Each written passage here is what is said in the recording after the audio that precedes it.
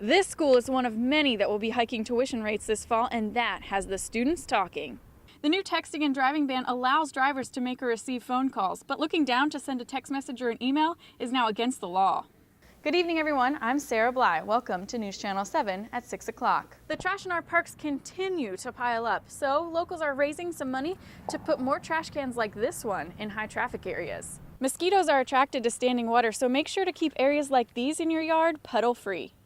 The United States Postal Service is no longer going to continue with its plan to cut postal services on Saturdays. These ropes are here to keep people out of the dunes, and the dunes are important because they keep all of this pretty white sand on the beach where it's supposed to be. The state's debt has hit an all-time high, which means it might be a lot harder for students when it comes to getting loans to pay for college. Walgreens locations like these get a lot of customers on the average day, but they say during these busy spring break months, they get almost triple that.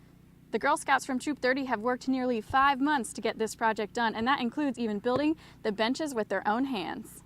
The cold weather couldn't keep hundreds of bargain hunters away from the Bay County Sheriff's Office this morning for the much-anticipated surplus auction. And the best part about it is it's free. Reporting for Nautilus News, I'm Sarah Blei. UWF recently just switched to a whole new system of printing called WEPA, and it involves these kiosks. Hello everyone, and welcome to the first edition of Nautilus News of the fall 2011 semester. I'm Sarah Blei.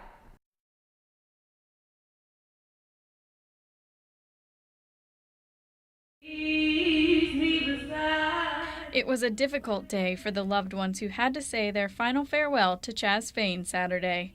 Chaz was murdered at a friend's apartment in Tulsa, Oklahoma, where he was attending college, specializing in aviation and aircraft maintenance. According to his friend, who was also attacked and shot when Chaz was killed, the night started like any other, with a couple of guys laughing together and hanging out.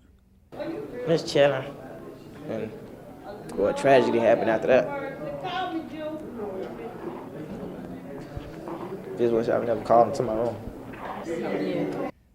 The 18-year-old was a recent graduate of Blountstown High School, where he played football and won the state championship for weightlifting. A tremendous young man. I admired him. I recognized him right off as not only a competitor, but a winner. Friends say he had big dreams and didn't let anything stand in the way of accomplishing them. And the one thing that I wanted to bring to this community and to this family is a fulfillment of a promise. And that promise is no act of evil will keep Chaz Fain from graduating posthumously from Spartan College of Aeronautics.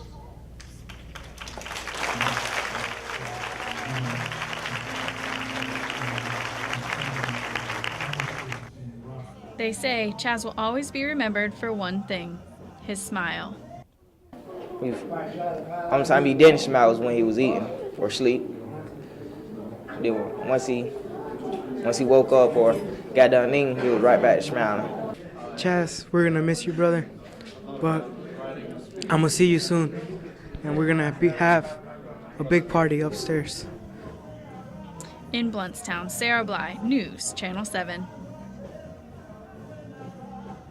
Not everyone gets the chance to celebrate their 100th birthday, but on Sunday, Lynn Haven resident Carl Carlson got to celebrate triple digits.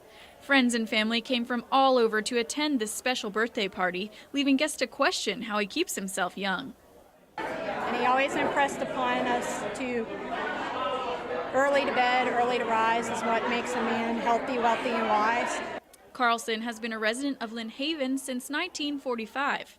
For 22 years, he worked as a civilian machinist with the U.S. Navy and later worked for the paper mill for 5 years. He was probably one of the hardest working people that I have ever known. He would work all day, come home, have a little dinner, because he always ate at 4:30, and then would work outside until dark, whether it was in his garden or working on a boat he was restoring or some other type project that he had going. The centenarian has a passion for woodworking and creating model ships for his collection.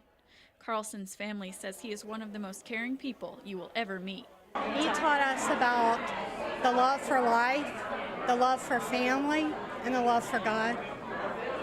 And those are the memories that I cherish. Those are priceless. In Lynn Haven, Sarah Blei, News Channel 7. More than 65 boats paraded through the marina Saturday to celebrate the opening day of boating season. We are a fishing and boating community. There's so much of our community resources are structured around the bay. The Panama City Marina has kicked off fishing season with the blessing of the fleet for 16 years, but about 7 years ago, another group also got involved. Second Chance is a nonprofit organization for adults with brain injuries, and we're close by, and we've made friends in the community, and we've just became part of organizing it. Over the past few years, the event has turned into a fun way to raise funds and awareness for the Second Chance Center. With brain injuries, there's not a whole lot of scars, so it's an injury that's kind of not seen to the naked eye, and it's a little bit hidden. And it's really frustrating to have a brain injury and no one can tell. So this event helps to increase awareness about brain injury in Bay County and surrounding areas. The nonprofit organization earned money through donors and local businesses. There are many people out here that have suffered a brain injury, and they're out here working and interacting and contributing, and I'm sure that's a positive step towards their recovery. Saturday, the group also had a classic fish fry at the marina to raise more money for the cause. In Panama City, Sarah Blei, News Channel 7.